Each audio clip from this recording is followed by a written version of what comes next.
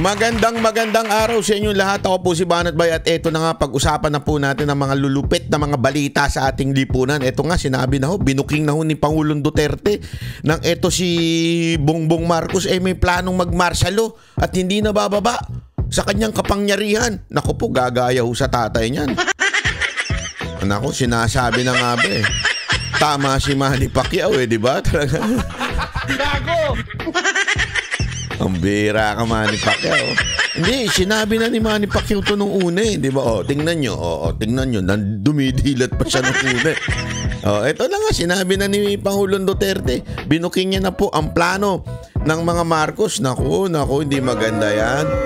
Ano ba itong plano ng ni Marcos? Sabi ni Pangulong Duterte, ito sinabi niya itong nakaraang Cebu rally kung saan libo-libo dagsaho ang mga Pilipino nagpunta doon at nagpahayag. Wala pa pong ayuda yan Wala pang ayuda yan.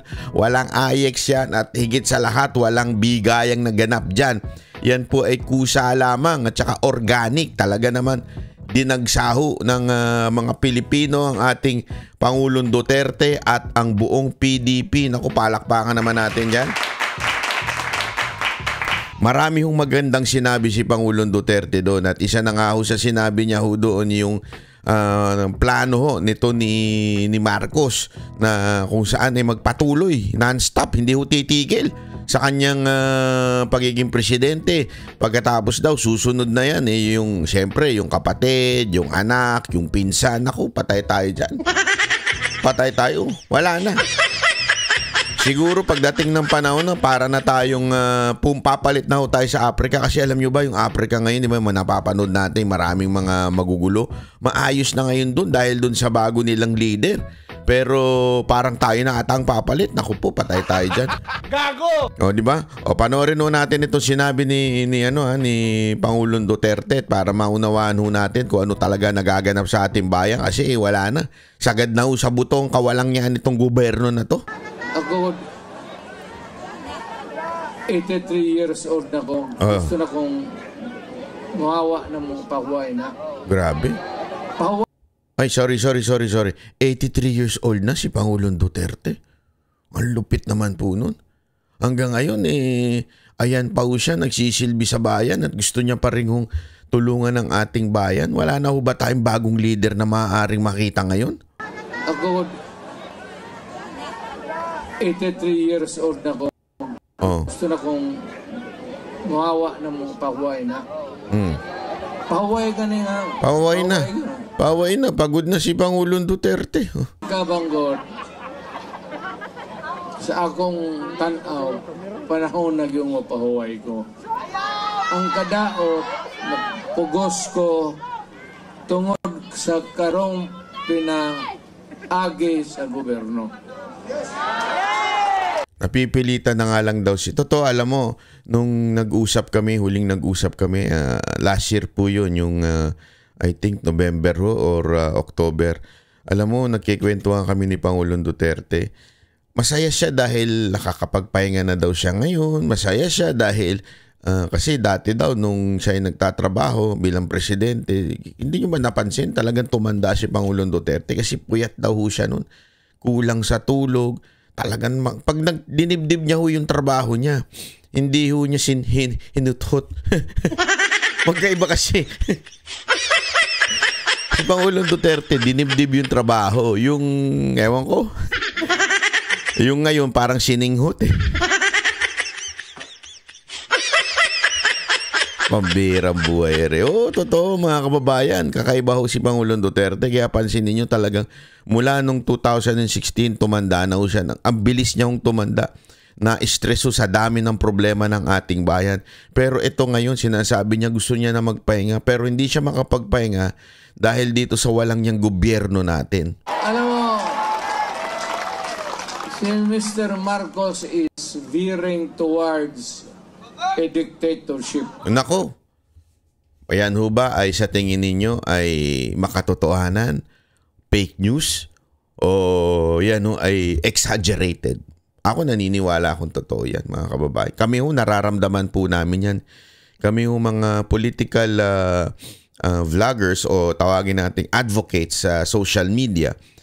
ramdam na ramdam ho namin kaliwat kanan ang demanda, kaliwat kanan ang panggigipit. Ito nga huli yung ating kapatid na organizer dyan, di ba?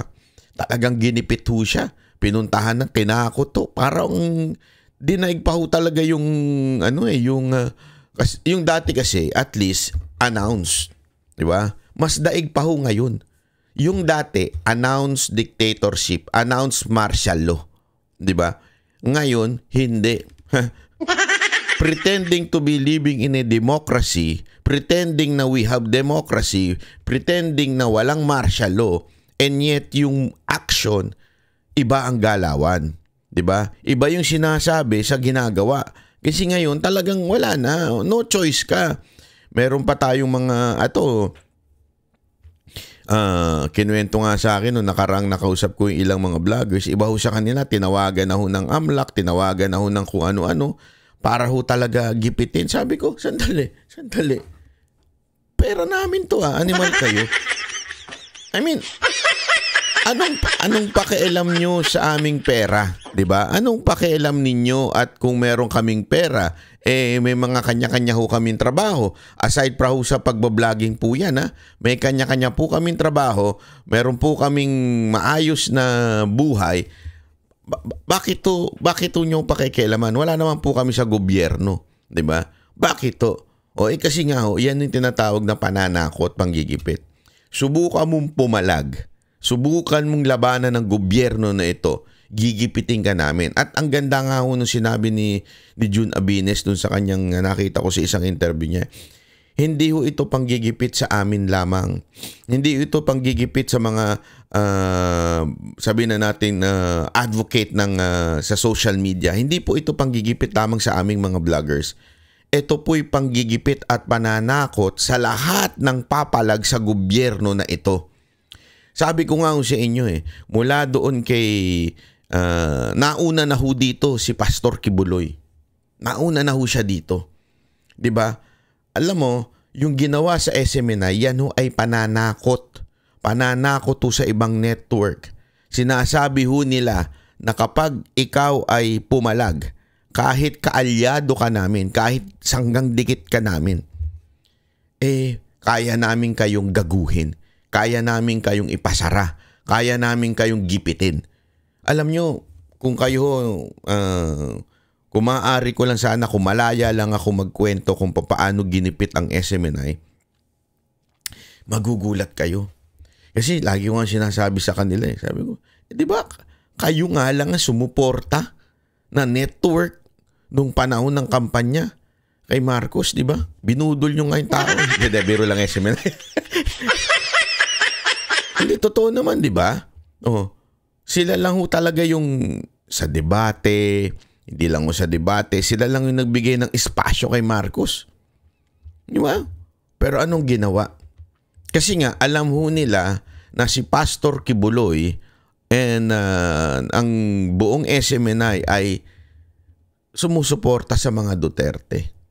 Alam mo nila na sanggang dikit to ng mga Duterte. Kung pansinin ninyo ngayon ang gagaganda ng mga events dahil nga po sa sa KOJC po, ito ho'y SMNI ang tumutulong. Ibig sabihin, malaki yung tulong talaga ang SMNI sa lahat ng campaign sortie ni Pangulong Duterte noon hanggang ngayon. Kaya nga ho, nakita ho nila yung bagay na yun, kaya ginigipit ho nila. Tapos ito nga ang mga nakaraan, di ba, hinak po yung account. Kaya mga kababayan, habang pinipigilan nila ang SMNI, ako ho, nagsasabi na ho sa inyo, tayo na ho ang magpakalat ng mga videos. Kasi hindi ho yan hindi ho yan ipapakita ng mainstream media. Kung tingnan nyo ho itong isang mainstream media na ito, ang pinapakita lamang po ay yung speech na kung saan may banat si Pangulong Duterte. Pero yung sabihin ba nilang dagsa-dagsa, libo-libo pumunta? Pag may event ang mga tolongges na mga pro-impeachment, grabe ho nila puntahan, ibalita, kaliwat kanan ng balita kahit walang tao. Di ba? Totoo naman Pero yung mga ganito, hindi ho nila ibabalita ho ito kahit punong-punuan tao.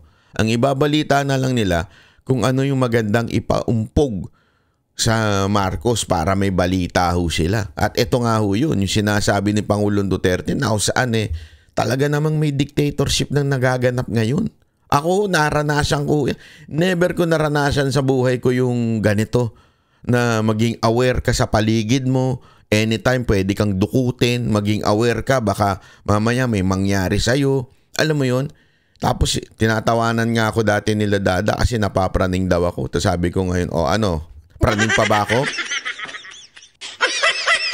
Hindi, totoo. Ngayon si Dada, minsan pinupuntahan sa istasyon. Walang biro, may mga nagtatanong, yung biglang magtatanong, dito ba yung SMNI? Dito ba yung Banateros? Tapos biglang pag wala pa kami, biglang sisibat yung nakamotor. Yung mga ganun ho ba? Naintindihan yung ibig ko sabihin, mga kababayan.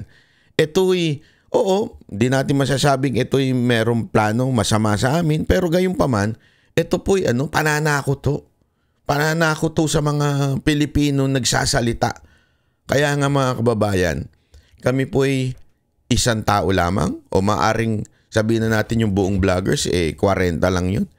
Walang magagawa yun kung hindi ho kayo mag-share, magla-like o kaya ay magsasalita din. Lalong-lalo na kayong mga OFW. Anyway, hindi naman kayo kayang puntahan dyan. I-share ho natin sa mga kababayan natin sa Pilipinas yung mga videos na mga katulad ho nito. Pusta ko sa inyo, dili na manaog pagkahuman sa iyang termino. Nako, dili na manaog. Ibig sabihin, di na bababa. Parang baligtad sa Tagalog. Panik panaog. Tama. Nalito na rin ako Hindi, totoo. Ayan, sinasabi ni Pangulong Duterte, hindi na daw bababa pag natapos ang kanyang termino. Yan ang gagawin daw ni Marcos. Binuking niya na. Naku po, patay tayo dyan. Ito mga kababayan, tandaan nyo. Ito si Pangulong Duterte. Galing itong Malacanang. Huwag nyo kakalimutan. Galing po itong Malacanang. Anong ibig ko sabihin? Kahit ubusin nila ang mga tauhan sa Malacanang, meron at meron matitira na nagsilbi kay Pangulong Duterte at sigurado kung nakuha ng damdamin ni Pangulong Duterte yung mga dating kasamahan niya sa Malacanang. Whether it is security, worker, staff, sigurado kung nakuha ng puso ni Pangulong Duterte yung mga yun. At maaari, dahil marami naman po sa kanila, hindi naman appointed, ito ina-assign lamang po ng opisina, maaari hindi ho nila alam yun. Kaya ito si Pangulong Duterte, hindi ho ito magsasalita nang wala hong basihan. Hindi ho ito magsasalita nang wala hong alam. Diba? Ito yung magsasalita galing sa kanyang mga resources. Kaya itong sinasabi niyang, pupusta ko sa inyo, hindi yan bababa pag natapos ang kanyang termino. Yan po ang matinding revelasyon ni Pangulong Duterte. Pero nakakalungkot dahil etong ang 6 na taon, ang tagal-tagal di ba? Marami ho sa atin naiinip na. Gusto na talagang matapos itong administrasyon na yun. Bakit? Ubus na pera. Ang tindi ng pagnanakaw ng mga congressman natin, di ba?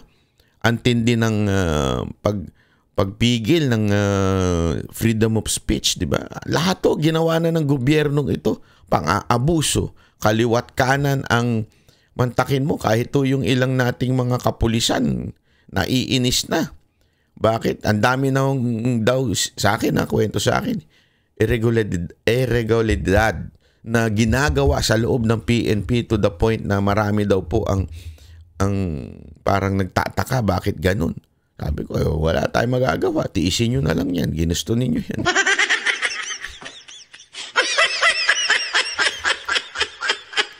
Kaya nga, tawan-tawa ako. Meron akong pinost sa social media ko yung post doon na nung 2022. Diba? May post yung isang doon. heart para kay ganito, kay Marcos. Ganito, like para kay ganito. Tapos nakita ko. Tapos, nung tinignan ko, ang dami nag-heart nun kay Marcos. Kung sinong gusto nilang presidente, di ba? Tapos, nung pagtingin ko, tinignan ko, sino kaya ito? Ang unang lalabas doon sa mga emoticon na yun ay yung mga kaibigan mo. Kung ano yung kanilang pinindot. Tawan-tawa ako doon sa mga kaibigan kong pumindot na nag-Marcos. Na ngayon, nagwawarla na. Oh. Sa loob-loob ko, pambira kayo. Dinamay nyo pa kami. Ayan tuloy, lahat tayo napahamak. Pero ito ay wala ho namang sisihan. Hindi ho na tayo naninisi dito. Ang sinasabi ko lamang po mga kababayan, nangyari na ang dapat mangyari. Ngayon, natatagalan na tayo sobra. Wala pa hong kalahati nung last year, natatagalan na ho tayo sobra, di ba? Ngayon pa lang parating yung kalahati, grabe ho, ang tagal-tagal na. Kasi nga ho, nabudol ho tayo ng gobyernong ito. Nabudol ho tayo ni Marcos, di ba? Yan ho ang ating sinasabi. Bawi na lang ho tayo, mga kababayan. Again, sinasabi ko nga sa inyo, kami ho ay lang yung boses namin, hindi naman ganun kalakas. Kung hindi kayo magla-like, mag-share, kung hindi nyo ihahatid dito sa taong bayan, sayang ho ang aming pagbablog. Kung kami ho ay pinipigilan na ngayon, mas lalo pa nating paigtingin, mas lalo pa po nating painitin yung pagiging aktibo natin sa social media na i-share yung mga videos. Maraming salamat po sa mga nagme-message at matagal na daw subscriber na nanonood. Ipagpatuloy lamang po natin ito, ipasaw natin sa mga kababayan natin. Ako ngayon pag may nakakausap ako, hindi ito walang biro ito Ako yung nangangampanya ng simple lang. Alam mo, may mga kaibigan ka na walang alam sa politika. Hindi nila alam kung ano yung nangyayari. Ikikwento ko ngayon sa kanila. Tapos sasabihin ko sa kanila, baka naman sa eleksyon ito yung sanang iboto natin, yung straight PDP. Diba? Straight PDP tayo, iboto natin ito para ho kasi sa bayan natin, para maayos na. Kasi dalawang tanong lang naman po ito Simpleng-simple. Mas maayos ba ang buhay mo ngayon pagdating sa paggastos, pagkain, bilihin? Kung mas maayos, sige, boto mo si Marcos. Pangalawa, boto mo yung senador niya. Diba? Pangalawa, kung mas feel safe ka ngayon, iboto mo uli yung mga senador niya. Diba? Pero kung yung dalawang tanong na yan, ang sagot mo ay hindi. Mas malala ngayon, mas mahal ang bilihin ngayon, mas matindi ang gastusin ngayon, mas mahirap ang buhay ngayon.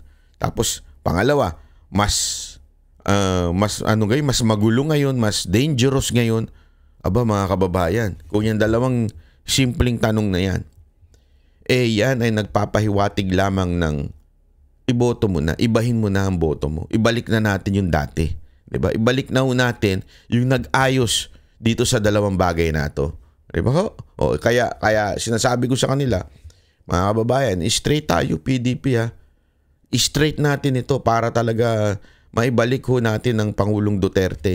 Kasi pag hindi ho natin in-straight to, sinasabi nga ho, paulit-ulit yun sa speech, siguradong tatanggalin si VP Sara Duterte. Nung mga senador na uupo, yung mga mananalo, siyempre, may utang na loob sila kay Marcos May utang na loob sila kay Marcos.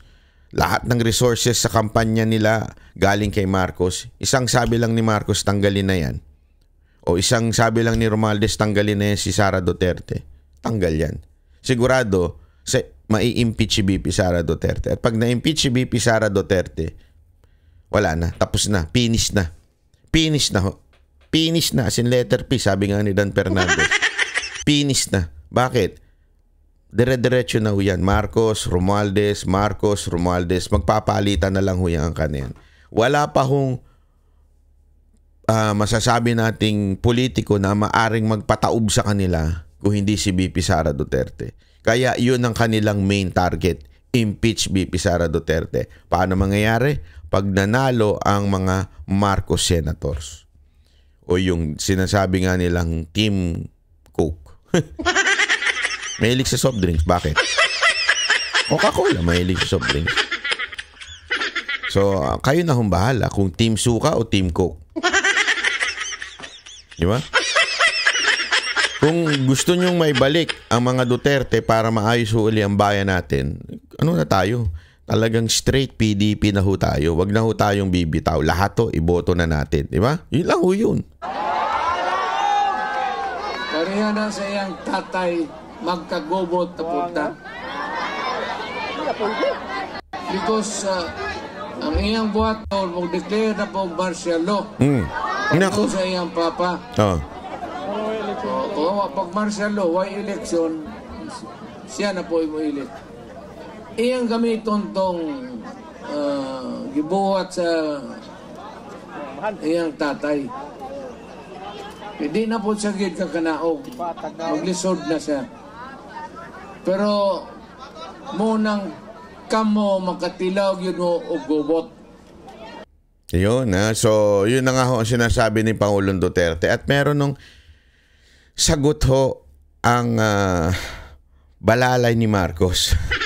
Bakit sagot ni balalay ni Marcos? Kasi hindi si Marcos ang sumasagot.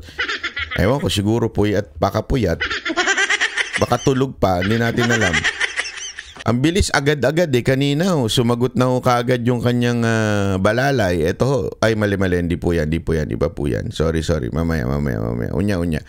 Ito ho, ito ang sagot, sandali, Ito, Ito ang sagot po ng Malacanang, True Philippine News Agency.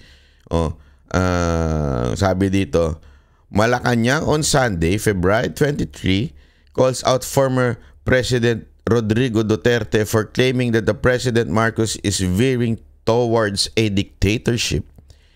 E.S. Bersamin said, naku, grabe, doon pa lang, patay na. Ang tagapagtanggol ni Marcos.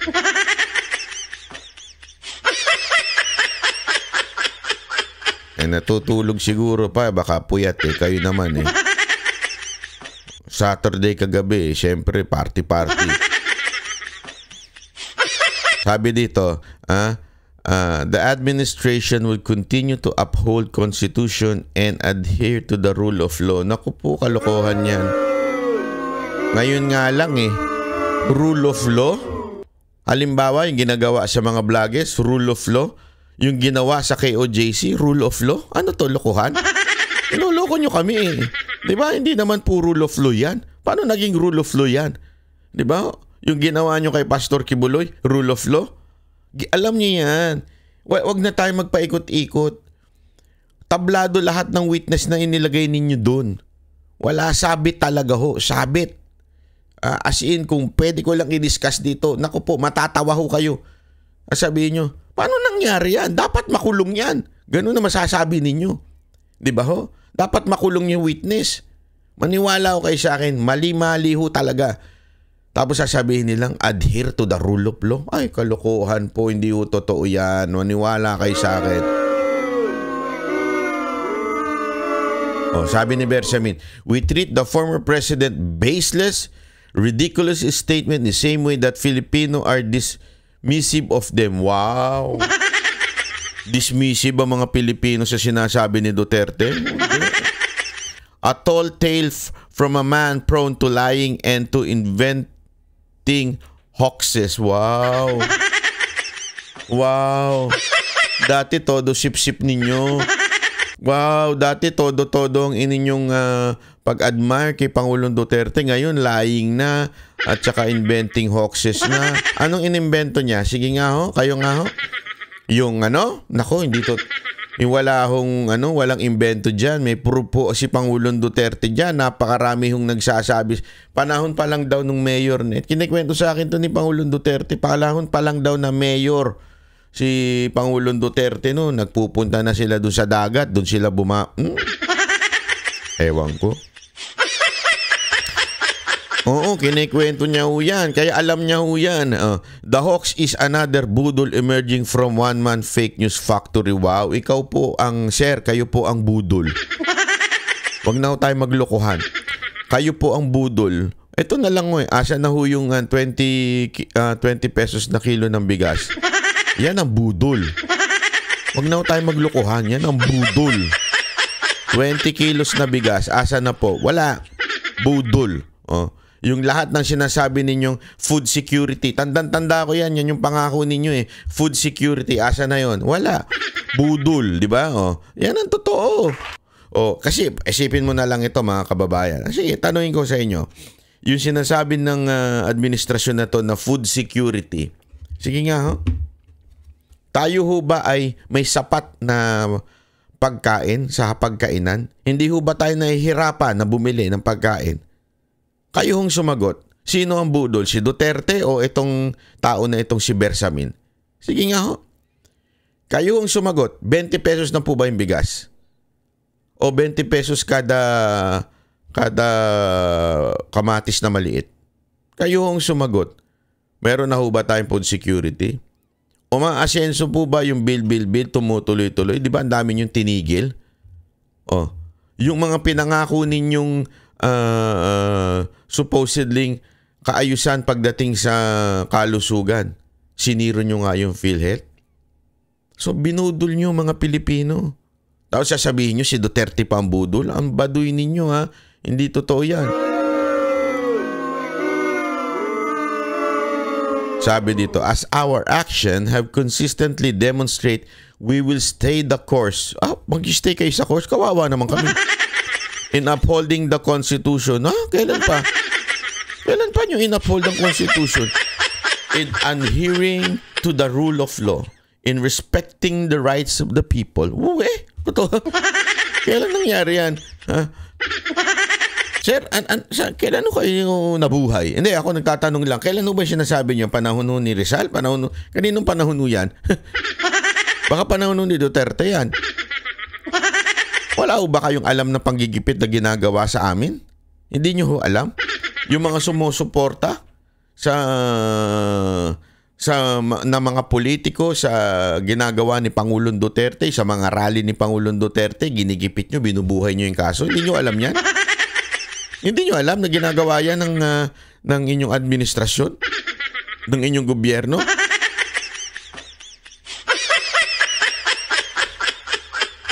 Kung si Marcos puyat, kayo po, ano nangyari?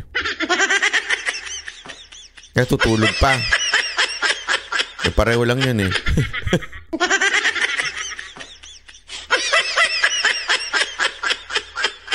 Ayan, sabi dito, we will not backslide into oppressive ways of previous administration. When critics were jailed upon Trump-up charges and when kill orders were publicly issued, glee and obey blindly. Wow. When critics were jailed upon. Sinong critics ang na-jailed upon? Si Maria Ressa. Ang kaso niya, hindi naman nung sa gobyerno galing. Private negosyante yun. Si De Lima. So, kakampi nyo na talaga si De Lima. Yung ba ibig mo sabihin? Di ba? Alam naman po natin ang kaso ni De Lima. At hindi po ang nag-ano sa kanya. Ang nagkaso po sa kanya, yung mga kasamahan din niya na umami noong una. Ngayon, wala na. Naabutan siguro kaya ganyan di ba? It is the leader of that troubled past who is si Duterte daw depicting us with veering towards system where anyone can be deprived of life, liberty, property without due process of law, as many had been on his mere say. Naku. Lokohan to. Mr. Bersamin, tyrant pa? Si Pangulong Duterte? Si Pangulong Duterte nga nagsabi kay Leni Robredo na wag niyong pakialaman niya. Stop! Guys, stop! Sabi ni Pangulong Duterte. Itigil niyo yan. Stop! Di ba? Wag niyong ipa-impeach yan. Siya pa ngayon ng tyrant. Siya nga yung, isipin niya, if there is one person na sobrang nagkikriticize nung panahon ni Pangulong Duterte, walang iba kung hindi si Leni Robredo. Ipinakulong ba? Ipina-impeach ba? Kinasuhan ba? Bersamin, are you out of your mind? How come? You answer me, simple as this. VP Sara Duterte never criticized Marcos until to the last yung last part ng quarter ng 2024. Never siya nagsalita. Nagsalita na lang siya nung ginipit na ho siya. Nung naput na siya doon sa panggigipit na ginawa ninyo, doon na lamang po siya nagsalita. Di ba ho? Doon na lang siya nagsalita. Pero si Robredo, from the very start until to the end, walang ginawa kung hindi bumanat. Ano ginawa ni Pangulong Duterte? Pina-impeach? Hindi. Kinasuhan? Lalong hindi. Ano ginawa niya? Binigyan niya pa nga ng posisyon to prove herself kung tama ba at kaya niya ba talaga until she failed. Diba? Ganon ang critic sa panahon ni Pangulong Duterte. Kamusta critic ngayon? Diba? Puro kaso. Tama, mali. SMNI. Ito sabi ko nga sa inyo, sample, Pastor Kibuloy. Lahat ng kaso niya nun dismiss. Wala na ho yan. Dismiss na ho lahat yan. Anong ginawa nyo? Binuhay ninyo. Bakit? Kasi nagsimula yan nung nung panahon na nagtanong sila ka Eric, sila Lorraine Badoy, at saka nung Actually, ang nagsimula daw ito. Nung panahon na nag-walk out yung isang reporter na parang ong-ong. Kasi nagkomento si Pastor Kibuloy regarding doon sa SONA na parang bakit wala man lang binanggit about crime, about peace and order. Doon ho nagsimula yon. Nag-criticize ng bahagya lang naman si Pastor Kibuloy. Doon nagsimula ang lahat ng pag-uusig. Nakita ho nila Simple lang yun. Simple criticism lang yun. Inusig nyo na ng todo-todo. Binuhay nyo kaso. Tapos sasabihin nyo, tyrant si Pangulong Duterte. Tapos etong Marcos administration. Hindi. Sino niloko ninyo? Lelong yung panot. Gago! Tama, mali. Di ba? Yun ang totoo Huwag na tayo maglokohan. Putya. Tayo na lang Kayo na lang dyan Kasi alam nyo mga kababayan, isang malaking katarantaduhan ito. Kitang-kita na ho natin yung katarantaduhang ginagawa nila. Tayo ay magsama-sama na ho para ho, alam mo yun, i-voice out. Again, to voice out peacefully, legally, ang ating hinaing. Kasi akala nila tuwan-tuwa pa kayo Diba? Although, alam naman nila kasi pag sila ho nag-post, nakita nyo yung post nila, mas maraming tumatawa at naiinis, nagagalit kesa sa nagla-like. Sabi nga nila, troll daw. Troll? Grabe. Alam nyo ito tingnan ninyo yung event na nagbibideo, nagla-like, nagvi-views sa event ng alyansa ng mga ng mga panggagago. Alyansa ng mga manggagago. At saka sa event ni Pangulong Duterte. Millions si Pangulong Duterte. Sa PDP millions Pag nanonood, live na nanonood, grabe ang dami. Diba? Hindi pwedeng i-troll farm yun. Yung dami ng nanonood. Ang hirap po nun. Paano nangyari yun? Bibili sila ng 1 milyong cellphone. Diba? Sa bagay, ginagawa ng administrasyon niya noon Diba? Kaya nga ito ipapakita ko lamang po sa inyo yung event kagabi. Ito pakita ko lamang po.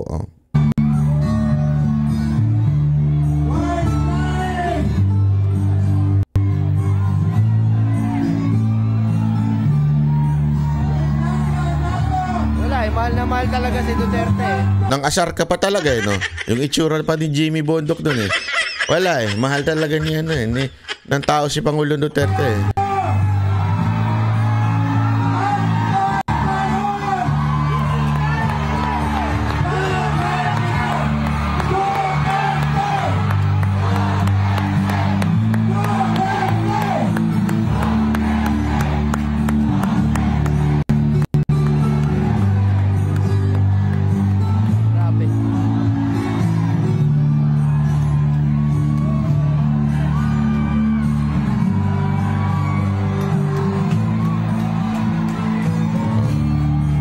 ganyan kadami talaga.